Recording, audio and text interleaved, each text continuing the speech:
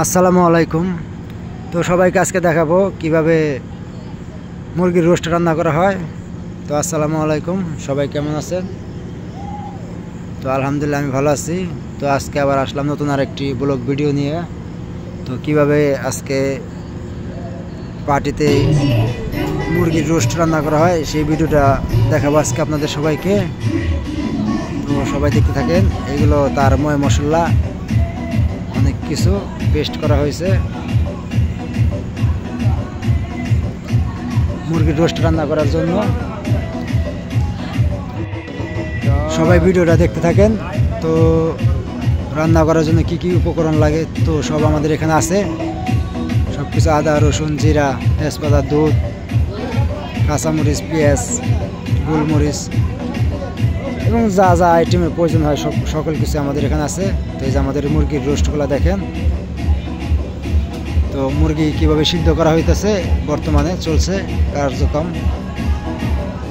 তো মুরগির রোস্টগুলা সুন্দরভাবে আগে ভালোভাবে সিদ্ধ করতে হবে, তা নাহলে হবে না। তো মশলাগুলো দিতে হবে তো আমাদের রান্না করার জন্য। তো মশলাগুলো ভালোভাবে জাল করতেছি তেল দিয়া, হলুদের ফাঁকি, মরিচের ফাঁকি, গুঁড়া মরিচ, গোলমরিচ সব কিছু দিয়ে এগুলো দিয়ে আপনার জাল করা হচ্ছে। রান্না কার্যক্রম চলছে। দেখেন মশলাগুলো কীরকম হয়েছে। তো মশলাগুলো এরকম জাল করতে হবে আগে ভালোভাবে। জাল না করলে আপনার টেস্ট হবে না। রান্না কার্যক্রম প্রায় অর্ধেক শেষের দিকে। তো আপনারা দেখতেই পাচ্ছেন কিভাবে জাল হচ্ছে মুরগির রোস্টগুলো। রান্না বান্না শেষ আমাদের প্রায়। তো রান্না করা শেষ আমাদের, এখন ঢালার পালা।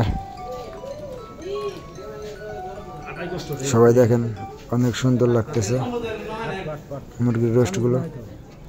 অবশ্যই খেতে অনেক টেস্ট হবে।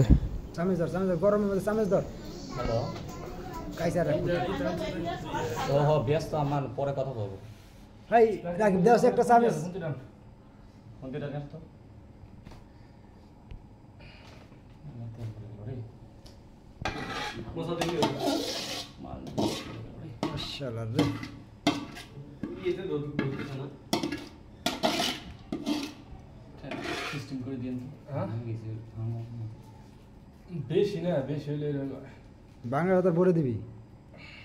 আশিক কি কও, বাংলাটা ভরে দিবি।